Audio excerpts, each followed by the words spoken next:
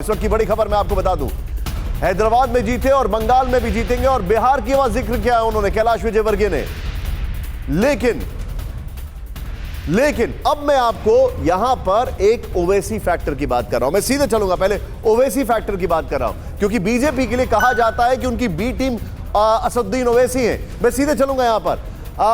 मौलाना साहब, मैं आपसे जानना चाहूंगा, ओवैसी साहब को बीजेपी की बी टीम कहा जाता है और अगर जिनको बीजेपी की बी टीम कहा जाता है तो कहा जाता है कि ओवैसी साहब जो है वो बंगाल में भी वही काम करेंगे जो बिहार में किया।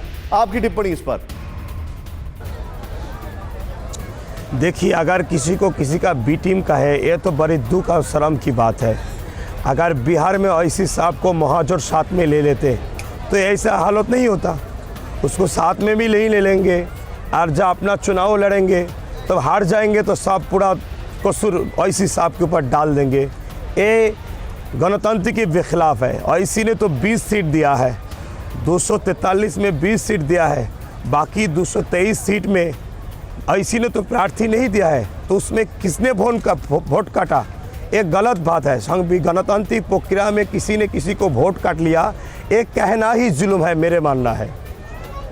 आप जो बता रहे हैं, लेकिन सर, मैं कुछ सच्चाई यहां पर दिखाने जा रहा हूं और उसके बाद मैं फिर आपसे सवाल करूंगा। आइए जरा यहां पर, जरा इधर देखें ओवैसी साहब। अब ये देखें, ये इनका जो मामला है बिहार के बाद बंगाल में ओवैसी फैक्टर। अब आप इसको समझें, ओवैसी फैक्टर की वजह से ममता बनर्जी को अपनी रणनीति बदलनी पड़ रही है, इसको कोई डिनाई नहीं कर सकता है।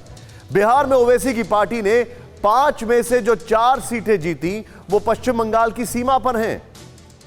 ओवैसी को बार बार बीजेपी की बी टीम कहा जा रहा है, यह बड़ा इंपॉर्टेंट है।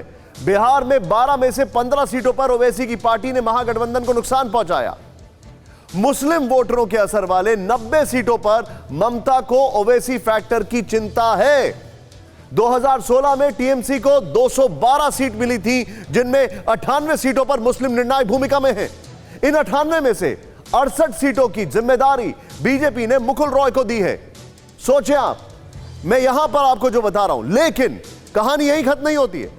अब ममता दीदी जो है वो किस तरीके से हिंदू वोटरों के को लुभाने की कोशिश कर रही है, मैं उस वॉल पर बाद में आऊंगा। पहले क्विक रिएक्शन। मेरे साथ ओवैसी फैक्टर पर मौलाना साहब मौजूद है। मौलाना साहब, ओवैसी फैक्टर बड़ा इंपॉर्टेंट है और यह बीजेपी की बी टीम के तौर पर देखा जा रहा है पूरे देश में, माने या ना माने, चाहे वो एग्जाम्पल है बिहार का हो या हैदराबाद उनके घर का हो। क्या यह फैक्टर बंगाल में नुकसान पहुंचाएगा ममता दीदी को?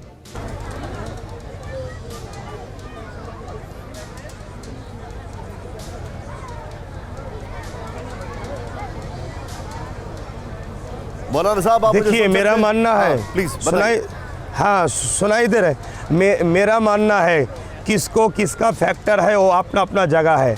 राजनीति चुनाव में भारत का हार जो शहरी है सबको अधिकार है। अगर ममता समझते हैं किसी के लिए अपना गति का नुकसान हो जाएगा तो उसको साथ में लेके एक साथ मिल के लड़े। मगर मेरा जो मानना है, मैं बंगाल का रहने वाला हूँ, किसी ने गरीब के बारे में नहीं सोचा है। इसीलिए हम सोच रहे हैं जो अपने 2021 में गरीब के लिए, मुस्लिम, दलित, आदिवासी के लिए हम चुनाव लड़ेंगे। इसीलिए ओवैसी साहब आए, मीम आए, कोई आए, इसमें ममता का नुकसान हो फ़ायदा हो, ये ममता को सोचना चाहिए। इसमें हमारा कोई लेना देना नहीं है। अगर ममता चाहे जी इसमें ममता दीदी का नुकसान हो तो ओवैसी को साथ में लेके एक साथ चुनाव लड़े। अरे दुनिया में सबको साथ में लेके चले। बताइए, ओवैसी साहब ममता के साथ चुनाव लड़ना होता तो वो महागठबंधन के साथ बिहार में चुनाव नहीं लड़ते, लेकिन वो तो किसी और के साथ काम कर रहे हैं, ये आरोप लग रहा है उनके ऊपर।